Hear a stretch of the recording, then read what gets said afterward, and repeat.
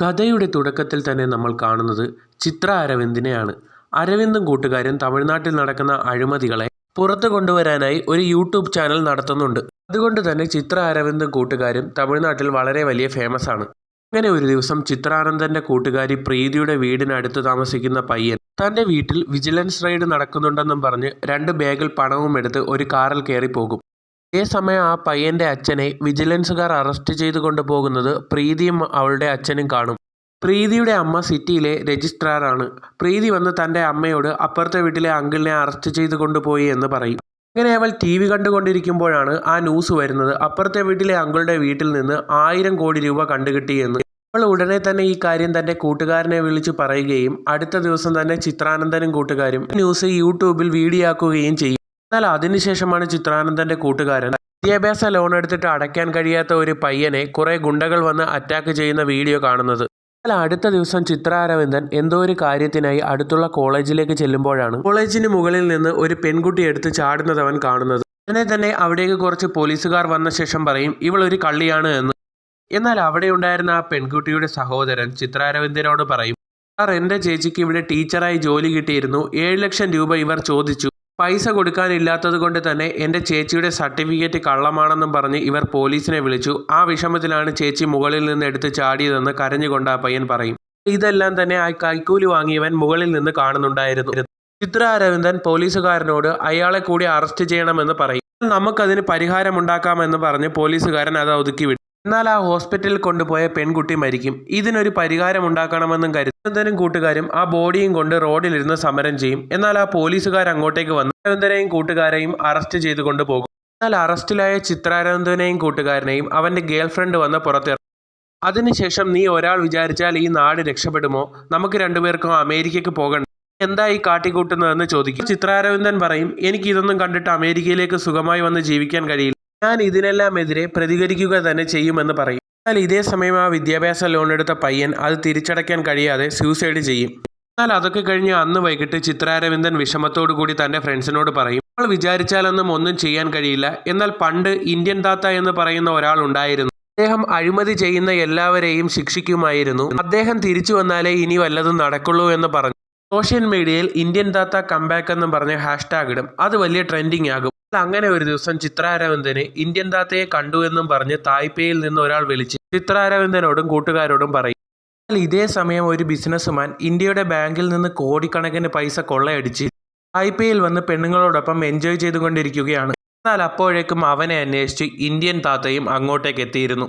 പെണ്ണുങ്ങളോടൊപ്പം നിൽക്കുന്ന അവന് മർമ്മമറിയാവുന്ന ഇന്ത്യൻ താത്ത അവന്റെ മർമ്മത്തിൽ തന്നെ ഒരു അടി കൊടുക്കും. എന്നാൽ ആ അടി കൊണ്ട ശേഷം അവൻ പെണ്ണുങ്ങളെ പോലെ ബിഹേവ് ചെയ്യാൻ തുടങ്ങും. എന്നിട്ട് ഇന്ത്യൻ താത്ത അവനോട് പറയും, നീ കുറെ നാൾ പെണ്ണുങ്ങളോടൊപ്പം കിടന്നതല്ലേ, ഇരിക്കുമ്പോൾ പെണ്ണായി തന്നെ മരിക്കട എന്നും പറഞ്ഞ് അവനെ കുത്തിക്കൊല്ലും. എന്നാൽ ആ തായ്പേയിലെ പോലീസുകാർക്ക് ആ മരിച്ച അവന്റെ അടുത്ത് നിന്ന് ലെറ്ററിൽ ഹിന്ദിയിൽ എന്തോ എഴുതിയിരിക്കുന്നതാണ് കണ്ടത്. വർഷങ്ങളായി ഇന്ത്യൻ താത്തയെ അന്വേഷിച്ച് നടക്കുന്ന CA ഓഫീസറായ പ്രമോദ് വീഡിയോ കോളിൽ വന്ന് അവരോട് പറയും, ഇയാളെ കൊന്നത് ഇന്ത്യൻ താത്തയാണ് എന്ന്. എന്നാൽ ഇതേ സമയം ചിത്ര അരവിന്ദനോട് ഇന്ത്യൻ താത്തയെ കണ്ടു എന്ന് പറഞ്ഞ ആൾ ഇന്ത്യൻ താത്തയെ പോയി കണ്ട ശേഷം ഇന്ത്യയിൽ ഒരുപാട് അഴിമതി നടക്കുകയല്ലേ, സാർ എന്താ ഇന്ത്യയിലേക്ക് പോകാത്തതെന്നും പറഞ്ഞ് അവരിട്ട ഹാഷ്ടാഗ് കാണിച്ചു കൊടുക്കും. എന്നാൽ ഇതേ സമയം ഇന്ത്യൻ താത്ത ചിത്ര അരവിന്ദന്റെ വീഡിയോയ്ക്ക് താഴെ ഐ ആം കമ്മിങ് സൂൺ എന്നും പറഞ്ഞ് കമന്റ് ഇടും.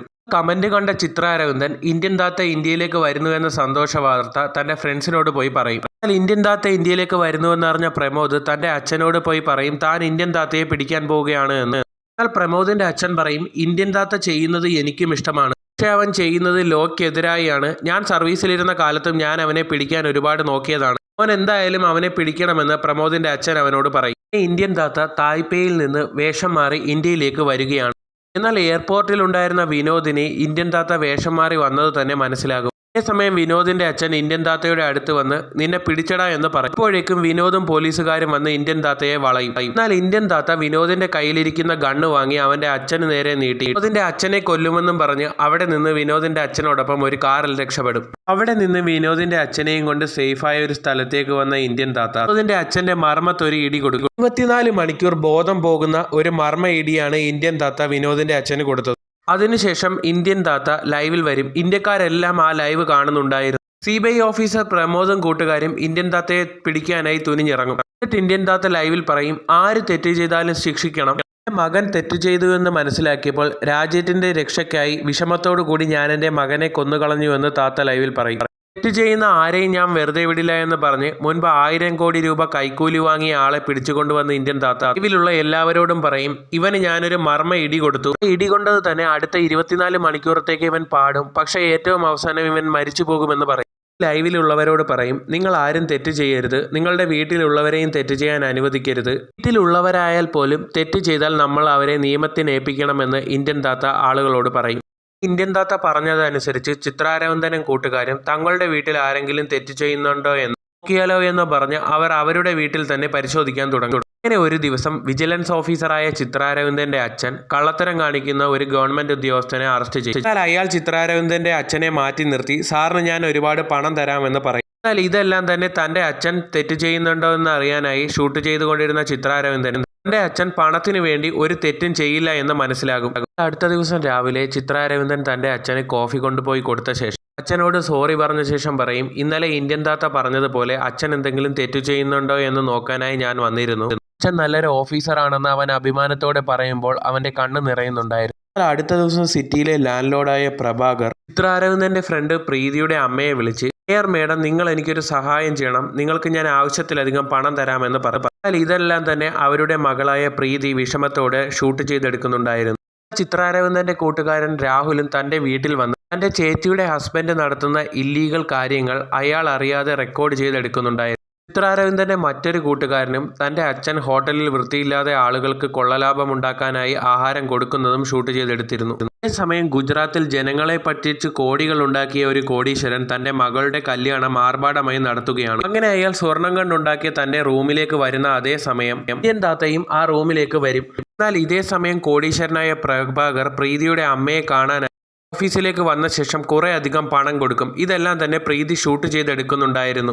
ഇതേ സമയം ഗുജറാത്തിൽ ഇന്ത്യൻ താത്തയുടെ കയ്യിൽ നിന്ന് മർമ്മത്തടികൊണ്ട ആ കോടീശ്വരൻ തൻ്റെ മകളുടെ കല്യാണത്തിൽ നിന്നും ഒരു പട്ടിയെപ്പോലെ ഇറങ്ങി ഓടി ഫ്ലൈ ഓവറിന്റെ മുകളിൽ നിന്ന് താഴേക്കെടുത്ത് ചാടും. ഈ കേസിന് പിന്നിലും ഇന്ത്യൻ താത്തയാണെന്ന് മനസ്സിലാക്കിയ പ്രമോദ് അവിടെ കേസ് അന്വേഷിക്കാൻ ചെല്ലുമ്പോൾ അവിടുത്തെ പോലീസുകാർ പറയും, മർമ്മം അറിയാവുന്ന ആരുടെയോ കയ്യിൽ നിന്ന് അടികിട്ടിയിട്ടുണ്ട്, അതുകൊണ്ടാണ് ബോധമില്ലാതെ പട്ടിയെപ്പോലെ ഓടി ആ ബ്രിഡ്ജിന്റെ മുകളിൽ നിന്ന് എടുത്ത് ചാടി മരിച്ചതെന്ന് പറയും. ഇതേസമയം ചിത്ര അരവിന്ദന്റെ ഗേൾഫ്രണ്ടിന്റെ ചേട്ടൻ ഓപ്പറേഷൻ ചെയ്യാൻ അറിയാതെ ഒരാളെ ഓപ്പറേഷൻ ചെയ്ത് കൊല്ലുകയുണ്ടായി. വാർത്തയറിഞ്ഞ് വിഷമത്തിൽ വീട്ടിലേക്ക് വന്ന ഗേൾഫ്രണ്ട് അവളുടെ അച്ഛനും അമ്മയോടും പറഞ്ഞു, ഇവനെ പൈസ കൊടുത്ത് ഡോക്ടറാക്കിയത് ഇവനെ കാരണമാണ് ഇപ്പോൾ ഒരാൾ മരിച്ചതെന്ന്. എന്നാൽ ഇതേ സമയത്ത് ദേവേന്ദ്രൻ എന്ന് പറയുന്ന ഒരു കള്ളക്കടത്തുകാരൻ കോടികൾ ഉണ്ടാക്കി അയാൾ ചന്ദ്രനിലേക്ക് പോകാനായി സീറോ ഗ്രാവിറ്റിയിൽ വന്ന് പ്രാക്ടീസ് ചെയ്തുകൊണ്ടിരിക്കുകയാണ്. എന്നാൽ ഇതേ സമയം ഇന്ത്യൻ താത്തയും അങ്ങോട്ടേക്ക് ചെല്ലും. പ്രീതിയുടെ അമ്മ കൈക്കൂലി വാങ്ങിയെന്ന് ഇൻഫർമേഷൻ കിട്ടിയ ചിത്ര അരവിന്ദന്റെ അച്ഛൻ പ്രീതിയുടെ അമ്മയുടെ അടുത്ത് വന്ന് അവരെ അറസ്റ്റ് ചെയ്യും. ആരാണ് നിങ്ങൾക്ക് ഇൻഫർമേഷൻ തന്നതെന്ന് ചോദിക്കുമ്പോൾ ചിത്ര അരവിന്ദന്റെ അച്ഛൻ പറയും, നിങ്ങളുടെ മകൾ തന്നെയാണ് എനിക്ക് ഇൻഫർമേഷൻ തന്നതെന്ന്.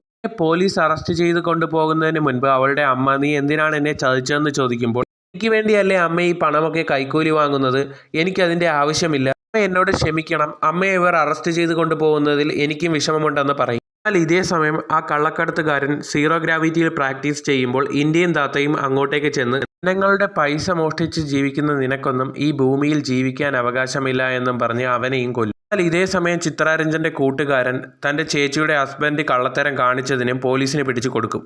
അതുപോലെ തന്നെ ഹോട്ടലിൽ വൃത്തിയില്ലാത്ത ഭക്ഷണം കൊടുത്ത തൻ്റെ അച്ഛനെയും ചിത്രരഞ്ജന്റെ കൂട്ടുകാരൻ പോലീസിൽ പിടിച്ചു കൊടുക്കും. അങ്ങനെ ഒരു ദിവസം വീണ്ടും ചിത്ര അരവിന്ദൻ രാവിലെ തൻ്റെ അച്ഛന് കോഫി ഉണ്ടാക്കി കൊടുത്ത ശേഷം സോറി പറയും. എന്നിട്ട് അച്ഛൻ താഴേക്ക് വരാൻ പറയും.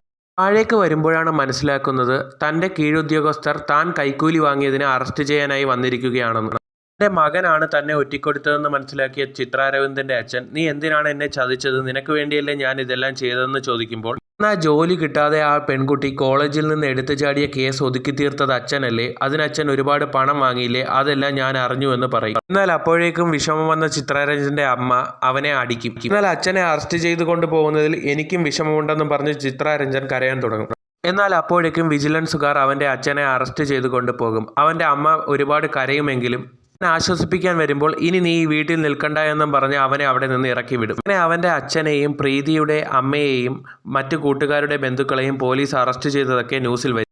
എന്നാൽ നമ്മൾ ഇതൊക്കെ ചെയ്തത് രാജ്യത്തിൻ്റെ നന്മയ്ക്ക് വേണ്ടിയല്ലേ എന്നോർത്ത് അവർ ആശ്വസിക്കും. എന്നാൽ അപ്പോഴേക്കും ഇന്ത്യൻ താത്ത അവരെ വീഡിയോ കോൾ വിളിച്ച ശേഷം പറയും, നിങ്ങൾ ചെയ്തത് വളരെ വലിയ കാര്യങ്ങളാണ്, എന്നാലും നിങ്ങൾക്ക് വിഷമമുണ്ടെന്ന് എനിക്കറിയാം, നിങ്ങളെ കാണാനായി ഞാൻ നാളെ നേരിൽ വരുന്നുണ്ട് എന്ന് പറയും. ഇത് കേൾക്കുമ്പോൾ അവർക്കെല്ലാവർക്കും വലിയ സന്തോഷമാകും. എന്നാൽ അടുത്ത ദിവസം ചിത്ര അരവിന്ദനും കൂട്ടുകാരനും ഇന്ത്യൻ താത്തയെ കാണാനായി റെഡിയായിക്കൊണ്ടിരിക്കുമ്പോഴേക്കും ഗേൾഫ്രണ്ട് അവൻ്റെ അടുത്തേക്ക് വന്ന് അവനെയും കൊണ്ട് അവൻ്റെ വീട്ടിലേക്ക് വന്ന ശേഷം പറയും, നിന്റെ അമ്മ ഇന്നലെ സൂസൈഡ് ചെയ്തു എന്ന്. ഇത് കേട്ട് ഷോക്കായ ഉടനെ തന്നെ അവൻ തൻ്റെ അമ്മയുടെ ബോഡി കാണാനായി വീട്ടിനുള്ളിലേക്ക് ചെന്നപ്പോൾ അവിടെ ഉണ്ടായിരുന്ന ബന്ധുക്കൾ അവനെ ആട്ടിയിറക്കും. എന്നാൽ അപ്പോഴേക്കും പോലീസുകാരും അവൻ്റെ അച്ഛനെ അങ്ങോട്ടേക്ക് കൊണ്ടുവരും. അവൻ്റെ അച്ഛൻ അവൻ്റെ അടുത്ത് വന്ന് പറയും, ഇനി അവളെ കാണണ്ട എന്നും പറഞ്ഞ് അവനെ അടിക്കും. എന്നാൽ അവൻ അവൻ്റെ അമ്മയുടെ ചിത കത്തിക്കാനായി അവിടെ എത്തുമ്പോഴേക്കും അവൻ്റെ അച്ഛനും അവിടെ ഉണ്ടായിരുന്ന ആളുകളും അവനെ അവിടെ നിന്ന് ആട്ടി ഓടിക്കും. പിന്നെ അവൻ വിഷമത്തിൽ അവിടെ നിന്ന് പുറത്തേക്ക് വരുമ്പോഴേക്കും ഇന്ത്യൻ താത്ത അങ്ങോട്ടേക്ക് വരും. അല്ല, തൻ്റെ അമ്മ മരിച്ച വിഷമത്തിൽ നിൽക്കുന്ന അവൻ പറയും, നിങ്ങളെ കാരണമാണ് എൻ്റെ അമ്മ മരിച്ചത്. നിങ്ങൾ പറഞ്ഞതൊക്കെ ഞാൻ ചെയ്തു, അതുകൊണ്ടാണ് എനിക്ക് എല്ലാം നഷ്ടപ്പെട്ടത്.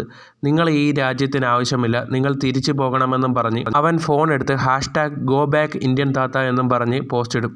ഇന്ത്യൻ താത്ത കാരണമാണ് ആ പയ്യൻ അനാഥനായതും അവൻ്റെ അമ്മ നഷ്ടപ്പെട്ടതും എന്നുള്ള വാർത്ത ഇൻ്റർനെറ്റിൽ പരന്നു. എല്ലാവരും ഗോ ബാക്ക് ഇന്ത്യൻ താത്ത എന്ന് പറഞ്ഞ് പോസ്റ്റ് ഇടുകയും എല്ലാവരും ഇന്ത്യനെതിരാവുകയും ചെയ്യും. ഇതേ സമയം തന്നെ CBI ഓഫീസർ പ്രമോദും ആൾക്കാരും അങ്ങോട്ടേക്ക് എത്തി ഇന്ത്യൻ താത്തയെ വളയും. എന്നാൽ എന്തോ ഒരു ഗിമിക്ക് കാണിച്ച് ഇന്ത്യൻ താത്ത അവരുടെ കയ്യിൽ നിന്ന് രക്ഷപ്പെടും. ചിത്ര അരവിന്ദൻ്റെ അമ്മ മരിച്ചത് ഇന്ത്യൻ താത്ത കാരണമാണ്, ഇയാളൊരു രാജ്യദ്രോഹിയാണെന്ന് പറഞ്ഞ് നാട്ടുകാരെല്ലാം ഇന്ത്യൻ താത്തയെ വളയും. എന്നാൽ അപ്പോഴേക്കും CBI ഓഫീസർ പ്രമോദ് അങ്ങോട്ടേക്ക് വന്ന് ഇന്ത്യൻ താത്തയെ അറസ്റ്റ് ചെയ്യും.